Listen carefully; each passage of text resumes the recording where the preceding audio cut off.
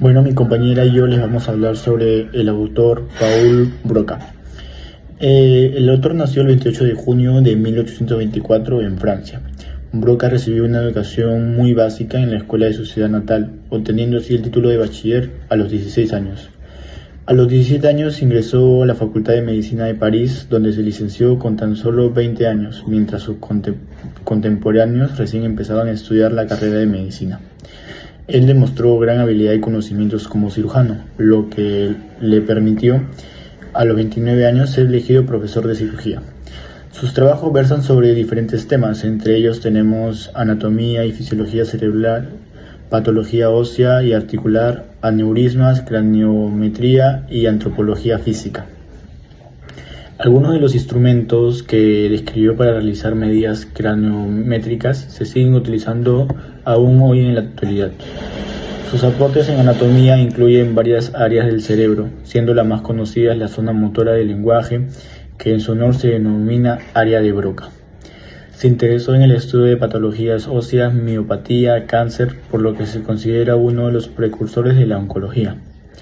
En sus aportes también nos cuenta que Broca se hizo famoso en la historia de la medicina y las neurociencias, ya que su mayor descubrimiento fue el centro del habla, ahora conocido como el área de Broca o tercera circunvalación del lóbulo frontal.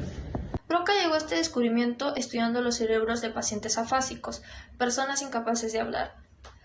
Generalmente se le recuerda a Broca por su descubrimiento de que distintas partes físicas del cerebro corresponden a distintas funciones. Un caso conocido de Broca fue el paciente TAM. Según Palacios, este caso fue clave para que Broca identificara que cierta región en el cerebro estaba relacionada con la articulación del lenguaje, y se le llamaba de tal manera al paciente porque lo único que podía pronunciar era TAM.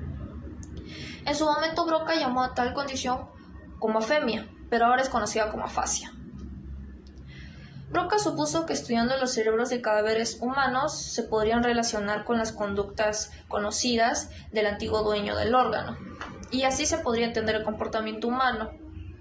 Otro campo en el que Broca contribuyó significativamente fue en la anatomía comparada con primates. Broca describió por primera vez las trepanaciones neolíticas y estaba muy interesado en las relaciones entre el cerebro y las capacidades mentales, como la inteligencia. Escogimos a este personaje debido a los distintos aportes que proporcionó evidencia crucial sobre la localización funcional en el cerebro y de cómo distintas áreas están implicadas en funciones cognitivas específicas.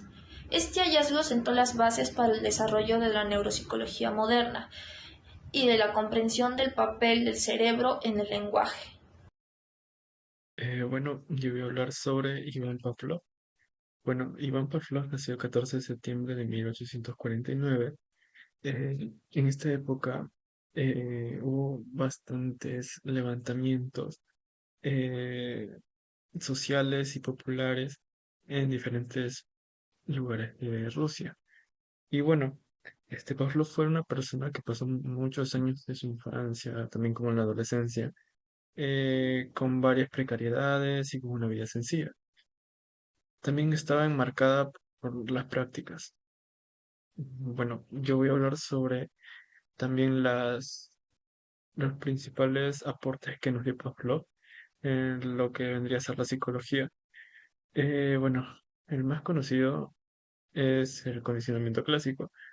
Bueno, Pavlov descubrió y también logró hacer que un perro logre asociar un sonido con la comida.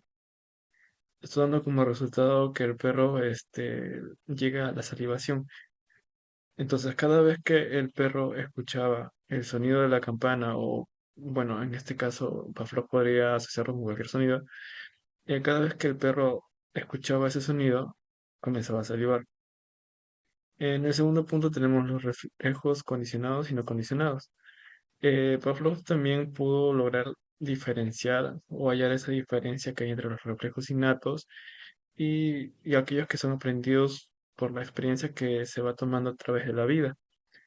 Esto sentó las bases para futuras investigaciones en psicologías del aprendizaje. Siguiendo con las aportaciones que dio Iván Pavlov, podemos encontrar las bases fisiológicas del comportamiento.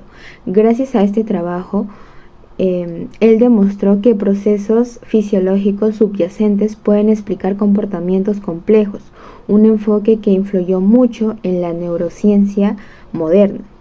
Otro aporte que también podemos encontrar está las aplicaciones en psicoterapias y la educación.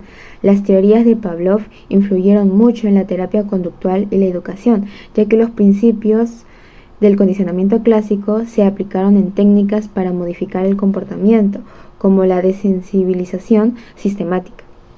Nosotros escogimos a Iván Pavlov debido a que es una figura crucial por todas las aportaciones que él dio, como sus experimentos y teorías sobre el condicionamiento clásico, demostrando cómo se pueden asociar estímulos para provocar respuestas automáticas. Sus aportaciones fueron de gran ayuda para entender el aprendizaje y la modificación del comportamiento, influyendo en terapias conductuales y en el estudio de cómo el cerebro procesa y responde ante estímulos.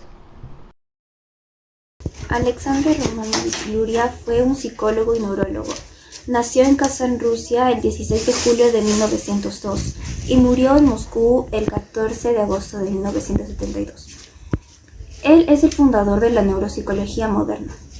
Él realza a Vygotsky como figura pionera de la neuropsicología por todos los aportes que han contribuido para la comprensión de las funciones cerebrales superiores, que ha permitido el surgimiento de la neuropsicología en los cuales Luria se basó. Sus aportes hemos encontrado tres. Entre ellos tenemos de que Luria propone los componentes de los procesos cognitivos. Algunos ya se han mantenido vigentes hasta la actualidad, otros ya han sido descartados, entre los cuales tenemos atención, tenemos lenguaje, movimiento y acción, también percepciones, memoria y aprendizaje y la resolución de problemas. En el segundo tenemos que Luria presentó el cerebro que estaba siendo organizado en tres sistemas funcionales. Tenemos particularmente en su obra clásica Higher Cortical Functions in Man. Es un libro que lo propuso de idioma inglés. Tenemos la primera unidad funcional atribuida al tronco cerebral, también participa en el tema del sistema límbico, donde se encuentra el sueño-vigilia y los mecanismos de aurosal.